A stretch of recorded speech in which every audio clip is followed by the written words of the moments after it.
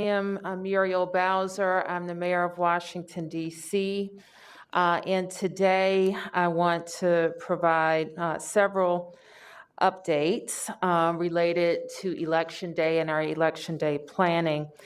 And I will use the second part of today to talk about the tragedy that happened in our city this week in the death of 20-year-old Karan Hilton.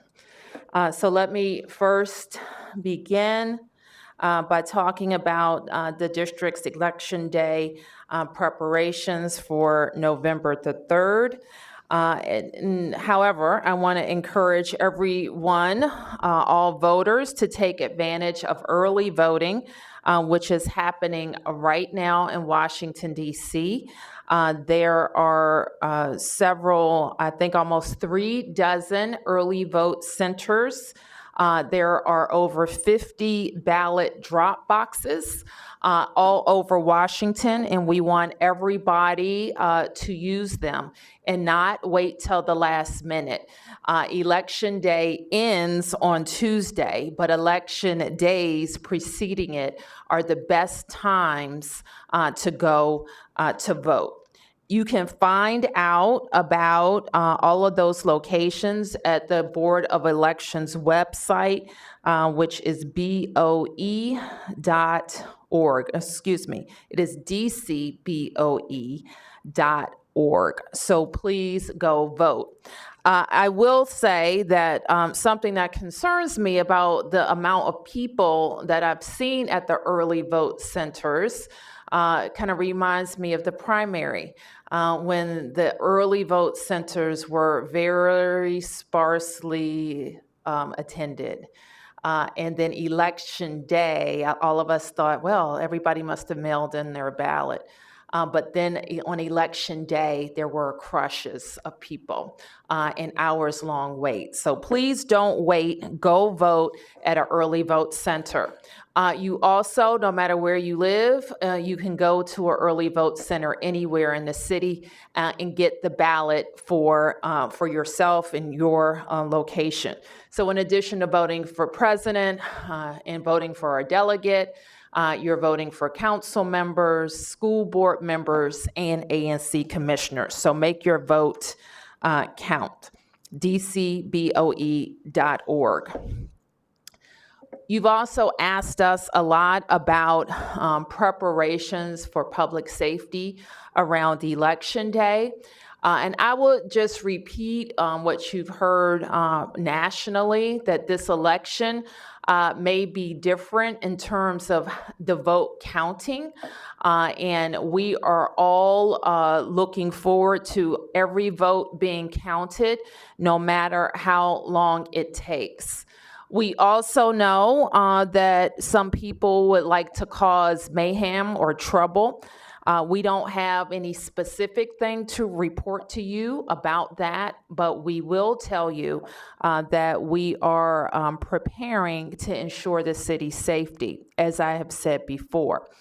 MPD and HSEMA will put in place a number of parking restrictions downtown on Election Day.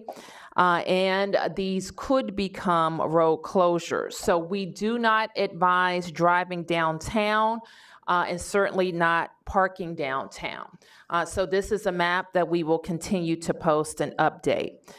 We know, of course, that First Amendment activities have the potential to disrupt business operations. And so I've asked DMPED and HSEMA to work with our business improvement districts, which they have already begun, and Main Streets to prepare for any potential disruption. We also have a First Amendment demonstration resource guide at ready.dc.gov.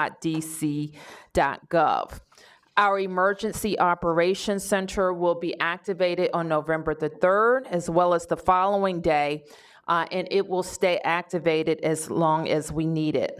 We are asking our residents to sign up to receive real-time safety alerts at alert.dc.gov. If there is any public safety information we need to share with residents, we can do it through our Alert DC system at alert.dc.gov. And Dr. Rodriguez can speak more about this, but at this time, we have not made additional requests of the National Guard, but they are on alert should we need to change that posture. So to summarize what we wanted to talk about for Election Day, don't vote early, don't wait. You have until Election Day in the evening to vote. Just a reminder, every DC voter received a ballot in the mail, and you can drop that ballot in a secure drop box at more than 50 locations around the city. You can also drop it at the early vote center. You can also vote in person at the early vote centers. On Election Day, more vote centers will open. I think over 90 will be open on Election Day itself. So be sure to go to the DCBOE website to check for locations. Plan for parking restrictions and potential street closures, and sign up for unrest.dc.gov for updates from DC government. So first, in talking about a tragic death in our city, I want to acknowledge the pain that the family of Karan Hilton is experiencing right now. They are obviously heartbroken and hurt, as any parent or loved one would be in this situation. This morning, we released the body-worn camera footage from Friday night. I am releasing this footage because it is of great public interest. While the footage shows a terrible tragedy, we understand that there are many accounts circulating that may not be true. And so we want to release this video to demonstrate all that we know at this time. One specific piece of information that we want to clear up is whether there was a collision between the MPD cruiser and the moped that Karan was riding. The footage shows that the MPD car does not collide with Karan. That said, we are using the footage as part of an investigation that will decide whether MPD policies were broken, and Chief Newsham will talk more about the timeline and possible outcomes of that investigation. So again, we are extremely devastated by the loss of life, and our condolences go out to the family of Mr. Hilton. We also understand that the community is upset, but you will agree that we cannot channel that anger into violence, not violence or destruction. So I can assure you that we will be working to get the clear answers about what happened and share that information as soon as possible. So with that, we'll take your questions. Any questions? Yeah. I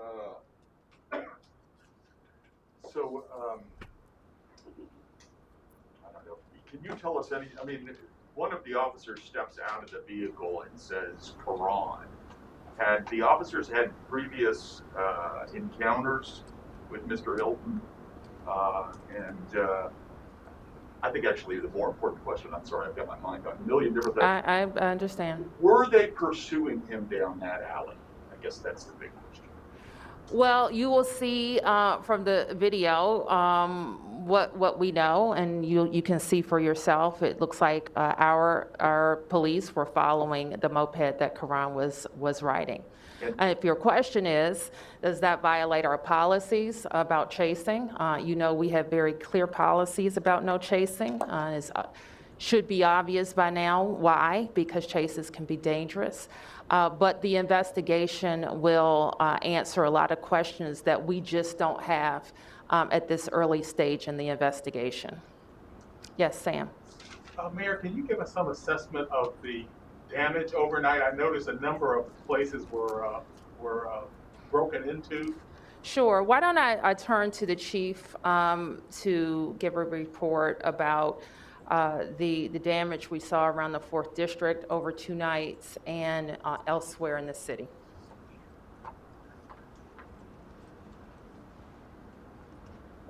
Thank you, Mayor Bowser. I'm Pete Newsham. I'm the Chief of Police for the Metropolitan Police Department. Before I begin, I also want to extend my condolences to the Hilton family. As the mayor said, this is a tragedy. Whenever somebody tragically loses a family member on the streets of the District of Columbia, we all feel bad. And I wanted to personally express my condolences to the family. Talking about the unrest that we saw on Tuesday night, we had a combination of peaceful and some violent folks that came out on Tuesday night. We had two locations where we deployed munitions. One was in the 5900 block through the 6000 block of Georgia Avenue, and the other one was at the intersection of Peabody and Georgia. There were 5 MPD members that were injured staying on Tuesday night. 3 of those officers were struck with projectiles, and 2 officers were injured during the course of an arrest. All 5 of those officers responded to our police and fire clinic for treatment. There were 6 MPD vehicles that were damaged. There was 1 destruction of property report at the 4th District where some windows were broken out of the 4th District. Other property damage that we're aware of from Tuesday night include a fire that was set at the Valero gas station. There was a beauty supply place that had its windows broken. There was storefront windows broken at the Walmart. There was bricks pulled up from the sidewalk in the 59 through the 6000 block of Georgia Avenue. And there were some newspaper boxes that were set on fire. On Tuesday night, we had 1 arrest, and that was at the Walmart for a person who had entered the one Walmart and destroyed some property and resisted arrest. Last night, there were 4 primary use of force locations. There was the 58 through the 6000 block of Georgia Avenue. There was the Walgreens in the 5600 block of Georgia Avenue. And then at 9th and Longfellow, where there was an arrest for an assault on a police officer. The 4th one would be at a place called Zara, which is in the 1000 block of F Street Northwest. We had multiple people that entered that location and destroyed property, and we had 5 arrests associated with that incident. For those of you who know our city, that's quite a distance away from where we had most of the unrest.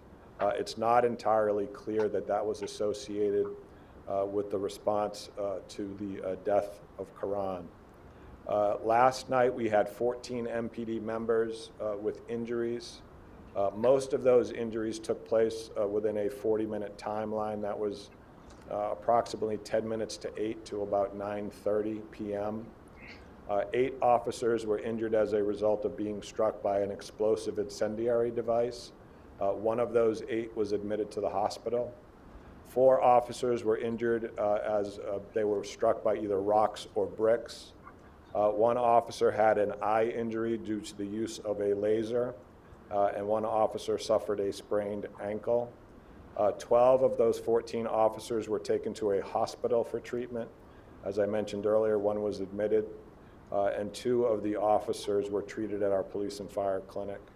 There were 5 MPD vehicles that were damaged. The 4th District, again, suffered some damage in the way of a broken window. We had other property damage at a Taylor up in the 5800 block of Georgia Avenue, and again at the Walgreens. At the Walgreens, we had some windows smashed. We had a number of people that broke into the Walgreens, and there was 1 arrest at the Walgreens. So for the total of the 8 arrests, it was a total of 8 arrests we had. There was 5 that I mentioned associated with the burglary at Zara and the destruction of property. There was 2 at the Walgreens. I'm sorry, there was 1 at the Walgreens, and there was 2 that had assaulted a police officer in the 800 block of Longfellow. I'm just going to reiterate real quickly what the mayor said. I think we can all appreciate that this is a time for positive change, but positive change doesn't occur through violence, and I don't think any of us wants to see violence in our city. Yes? Chief, I got a question back to the video. You know, this is a broader question. What needs to be done to strengthen the community policing relationship? I mean, we have 4 officers attempting to pull somebody over. You know, a lot of DC residents will say, you know, some people will see 4 officers trying to pull them over a little differently than other residents in other parts of the city. You know, let's be honest here. So what can we do to try to strengthen that community policing relationship so things like this won't happen in the future? Yes, that's a really good, but also a very complicated question. I don't want to talk about this particular incident because we don't have all of the facts, and we don't know why the officers were trying to make an attempt of a stop in that particular case. I can tell you, though, that I have been in communication since I've been with the chief of police with community members in the 700 block of Kennedy and the 500 through the 700 block of Kennedy. They're very, very concerned about some of the criminal behavior that they see there. I was up there when a guy who was going to a local bar was shot in the head and nearly killed. We've recently had some drive-by shootings right at that intersection of 7th and Kennedy, and I say that to say that this is why it's a difficult question. There are folks in our community that want a police presence in that area, but at the end of the day, we are the police. We have a set of laws and rules that we need to follow, and that's unambiguous. We need to do that every single day in every interaction. And so how we improve upon those relationships is that we behave in that fashion. We police in an unbiased way. We police in a lawful way. And we see, if we see a member of the police department who doesn't do that, they can no longer be a member of this department. Chief, I'm sorry. Can you? Okay, Go ahead, Mark. So, Chief, from what you've seen in this video, Karan's mother says that he was targeted, that the officer knew him, that they had history, that he was targeted, and that he would be alive today, and there would not have been 2 nights of unrest outside of 4D had your officers not chased him down the street.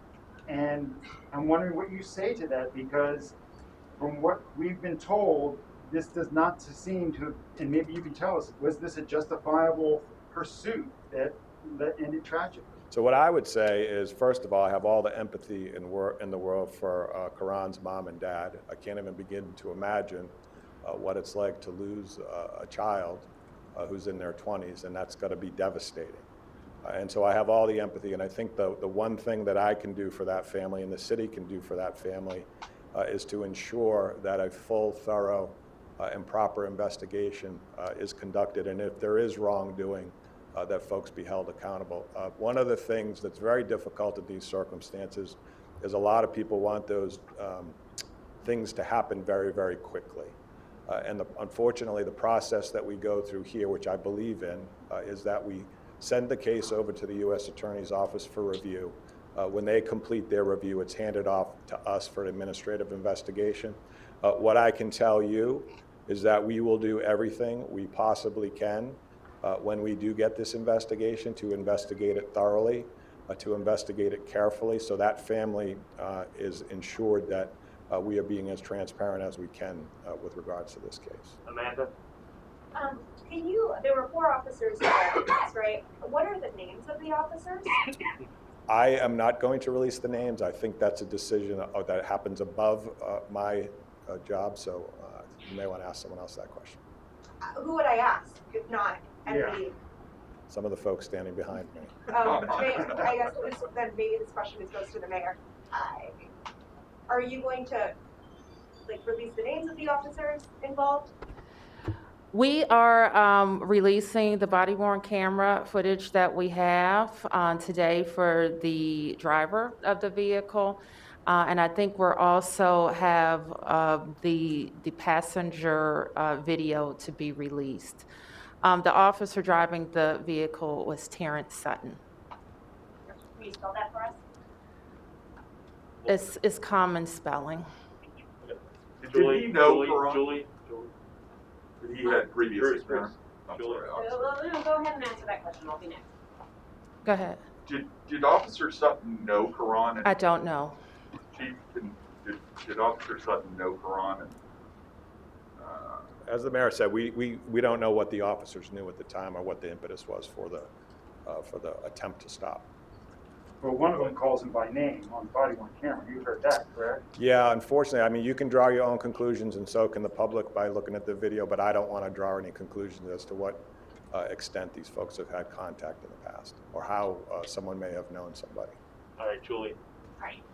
Chief, can you explain the difference between an attempted stop and a pursuit? And in those two activities, when is an officer supposed to turn on their body-worn camera, and did they activate it at the proper time in this case? That's a great question. So in policing, of course, we make traffic stops all the time.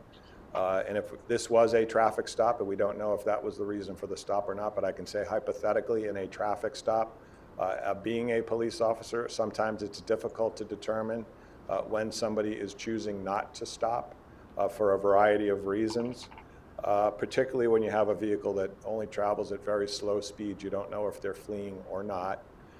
So you have to make a determination when you're making a stop. If you make a determination that the person is fleeing as a member of this department, and you don't have something that's very serious in nature, you need to discontinue the attempt to stop that vehicle. And if you go past that point, it becomes an unauthorized pursuit.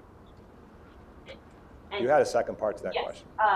If they were initiating a traffic stop initially On the that- BWC, right? So if you're initiating a traffic stop, you are supposed to, and you're required to, turn on your body-worn camera at the point you initiate the stop.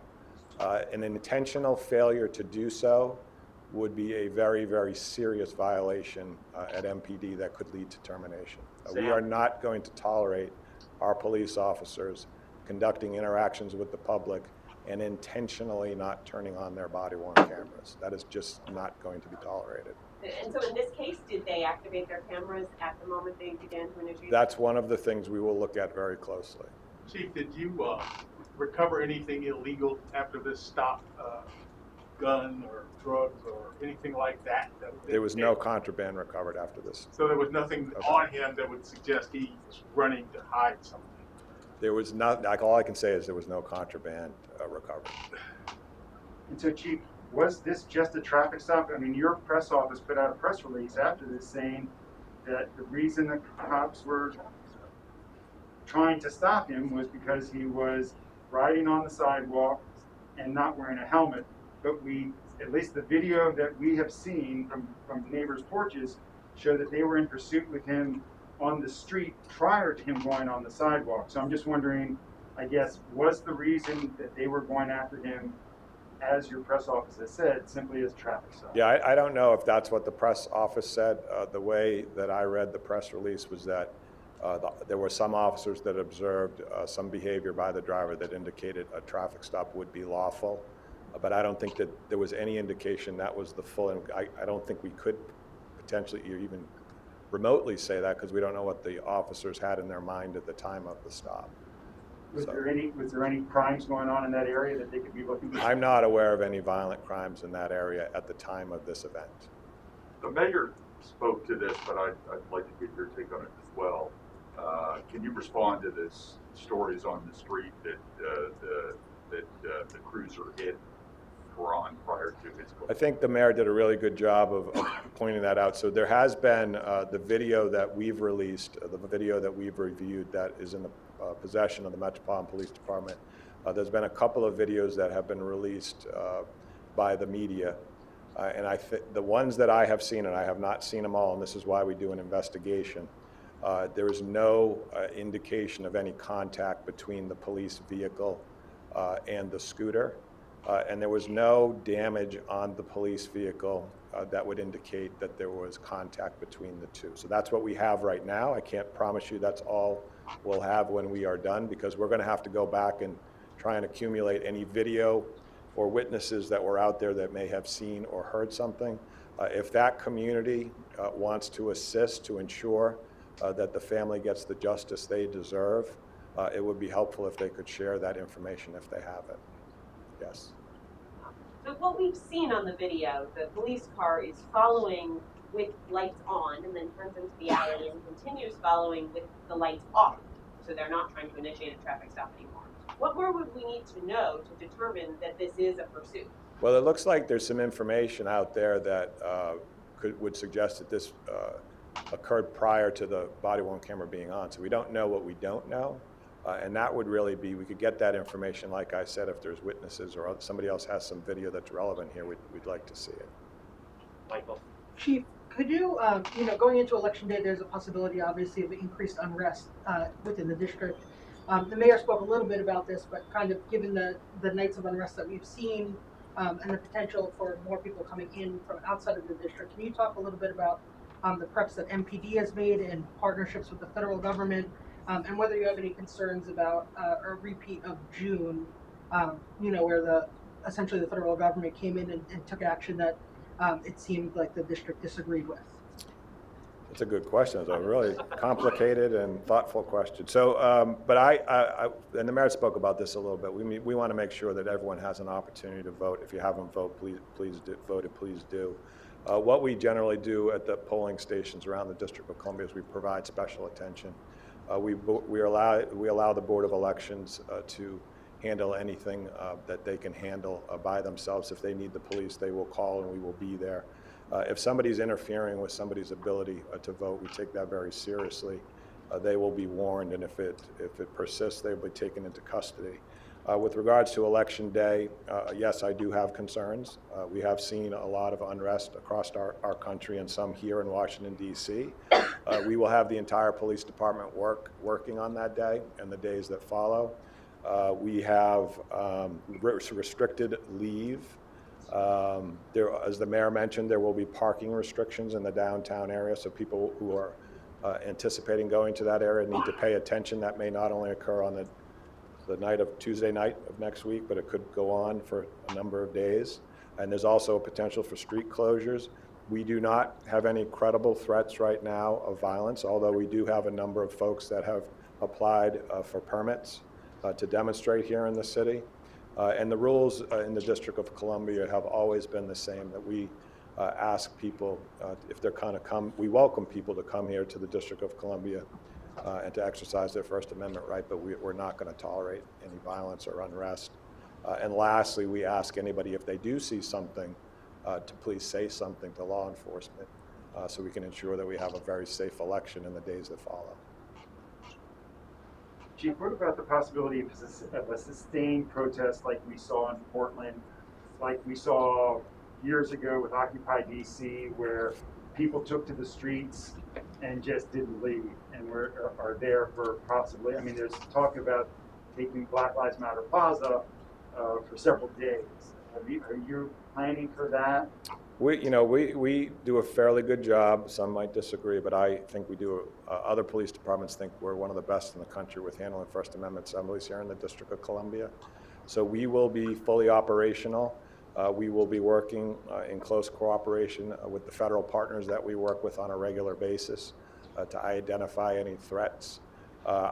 I'm hopeful that we will see a peaceful transition of power like our country has grown so accustomed to. Amanda? Off topic, if I can, a question for the mayor. So the council passed, I guess it was October 20th, this Unemployment Benefits Extension Emergency Act. I know gig workers, I know they're running out of, like self-employed workers are running out of benefits like this week and are wondering when you are going to sign this bill. I'll sign it when I get it, and I've had a chance to review it, and I'll sign it. I think I expect to sign it. I actually have to still review all of my agency comments, but I think I expect to sign it. Yes. If I could go back to the chief. Chief, when you say munitions were deployed, could you be more specific for the lay people about, I know you said, or a press release said that OCs was used and munitions. What are munitions? So we have what are called OC sting balls, which are sting balls that deploy OC spray. And we also have what's called a 40 millimeter impact round, and that's used for identifying people who are involved in violence. Can I just also add yes. one thing? Some people may have noticed, you might not call them munitions, I don't know if that's the term, but lighted fireworks being aimed at police officers, those were also used. And then, Chief, if I could ask you an off-topic question about the incident in Prince George's County involving one of your officers. Is there anything you can tell us about, we're hearing that perhaps he was part of the regional task force and that's what he was doing there, and that his vehicle was a police vehicle but had Maryland tags, and just wondering I know it's an active investigation outside your jurisdiction. It is, yeah. But we'd appreciate anything you can tell us. So it happened on the 27th, Tuesday the 27th, around 4:30 p.m. It happened just outside of the district line. It was on East Capitol Street. On the inbound lane, there was a collision between an MPD member who was operating an MPD vehicle and a bicyclist. The member is a member of the Capital Area Regional Fugitive Task Force, and those task force officers are deputized and they're allowed to work outside of this jurisdiction. They generally work in the region because they pursue the most serious violent fugitives that we have. In fact, on that particular day, they were trying to arrest somebody that was wanted for homicide. My understanding is this officer obviously did not get to the scene of that, but the task force was able to make an arrest. And the status of that officer? Oh, he's in the same instance, because he was involved in an incident of that nature, he's been placed on non-contact. And would he have body-worn camera video? He would not. And why is that? He is a task force officer, so our task force officers work in plainclothes capacity, and they do not have body-worn cameras. I appreciate that, thank you. Mayor Bowser, regarding people trying to vote, we've gotten a number of people reporting that they mailed in their ballots weeks ago and that their ballots are still showing that they're under review. They can't get in touch with someone with the Board of Elections. The Board of Elections voicemail is full, and they're just not sure what to do to make sure that their vote counts.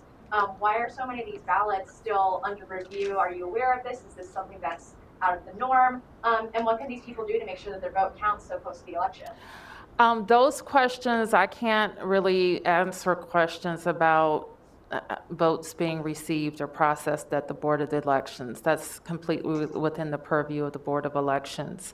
I have one of my staff who acts as a staff liaison with the staff at the board. We've heard that communication as well.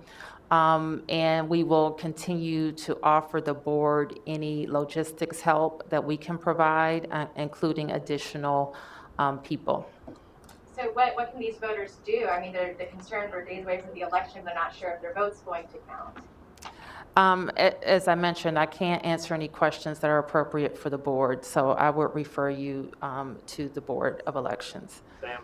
Just for the chief, DC has police vehicles with Maryland plates. I just happened to notice that as I looked at that photograph.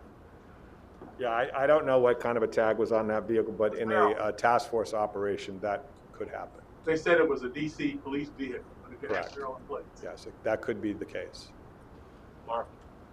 Mayor Bowser, if I could ask you a couple of COVID-related questions. One, today's numbers, new cases, I think it was 101, is a high number.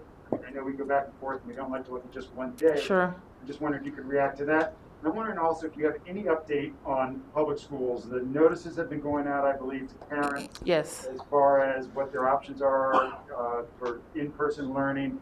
Can you give us any idea of what kind of feedback you're getting? How many parents have said yes, no, what they plan to I don't have those numbers, Mark, but I can tell you the DCPS has been reaching out to parents in that first priority group and will continue to work through the priority groups until we've reached out to all of the elementary school parents. So I can tell you that. We continue to work with the Washington Teachers Union on the availability of their members. And we will continue to try to match parents who want their children back in school with available teachers. And just the numbers today from COVID, the new positive cases? Well, I noticed in our newspaper, you know, it was a headline and then a sub-headline. And the headline was that the region's numbers were going up. And then the sub-headline was, this is an increase but not a spike. And so that is what I would continue. I would actually think that is correct. But this is also one day's worth of data. Yesterday's, I think, was almost half that number.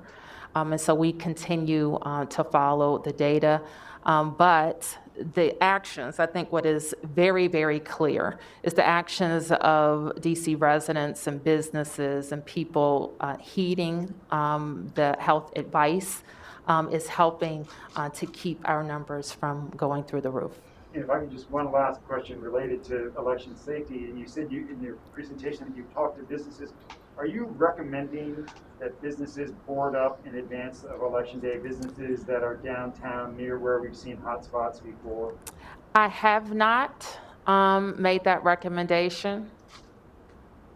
If there was something specific, and I thought that would be helpful, I would make it, but we have not made that recommendation. Do you think it sends the wrong message that businesses are boarding up? Would you recommend against boarding up, or? We want the businesses to have all of the information that we have so that they can make the best decisions. So we've made no recommendations. Now, we did recommend earlier in the summer that they board up. So we will do it if we think it's prudent. Michael? Chief, can you just clarify the status of the 4 officers who were involved in the Karan Hilton incident? What is their status with the department at this point? They're currently on non-contact. What that means is their police powers have been revoked. So are they still being paid by the district? They are. And is that standard? That's how we handle an administrative investigation of this nature. Yes. Amanda?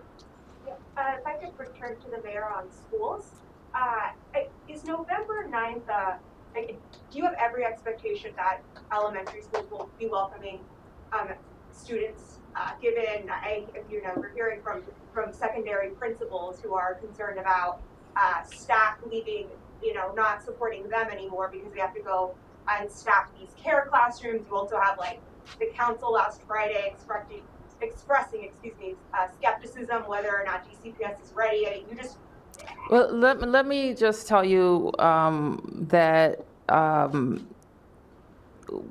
everything that we laid out will be ready for.